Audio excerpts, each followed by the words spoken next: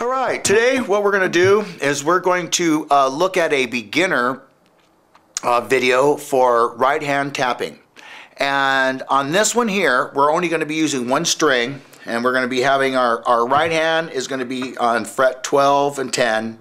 Our left hand is going to be moving a 1 fret at a time with a 3 fret spread. So let's get right into it. So what we're going to do now is we're going to tap with your right hand on fret 12. Now it'll work best if you use an overdrive or distorted sound. You'll get more, it'll squeeze more sound out of your strings for tapping. On a clean sound, it's a little harder work but can still be done. Okay, so what we're going to do now, we got our right hand on the 5th position, and we're going to be tapping here like this, and then when you tap on, you pull off like you pluck it. Okay, so this is for those of you who don't know how to do the right-handing tapping technique. And so what we're going to do, so once again, we're going to plow into it like this. We're going to pull off, and our little finger is going to be on fret 8.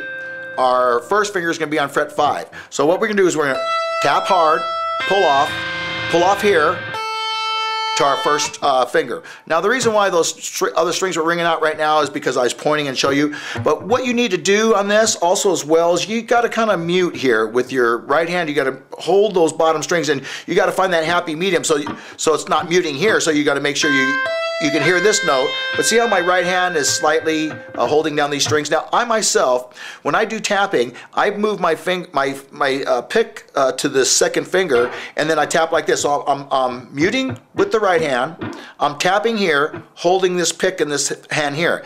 Now, if you want to do it like George Lentz of Dokken, what he does is he Steve Vai does this. Well, Steve Vai uses multiple fingers, but what they do is they hold their pick in their right hand, and then they turn the second finger around to do.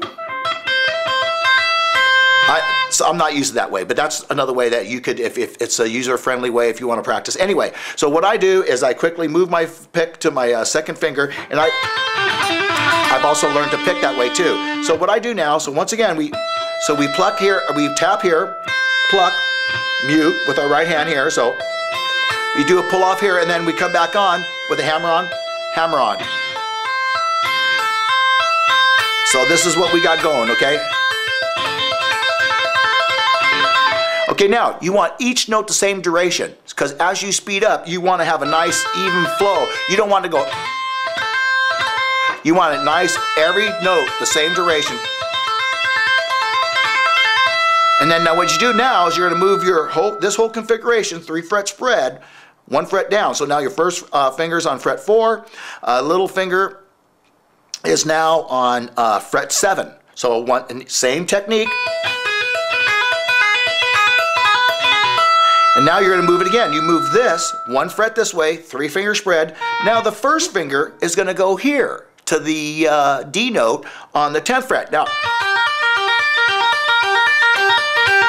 same technique, pull-offs, hammer-ons. Now, once again, you're going to go ahead and move your hand one more time, leaving this on the 10th fret. You're going to move this down, 2nd fret, 5th fret. Now what this is like a Eddie Van Halen kind of style hammer-on. And so now watch, I'm going to do the whole thing slow. We're going to do each one 4 times. Now watch. Move your hand. Move both hands.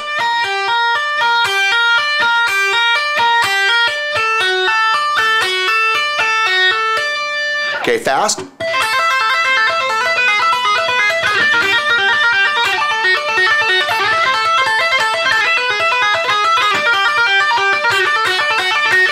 Now, if you wanted to throw it in on a solo, you could do something like you go.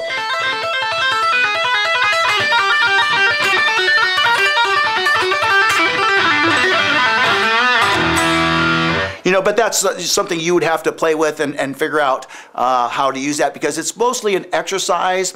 I've never used this one as a solo. This is a beginner way to start tapping. So practice. Have a great day.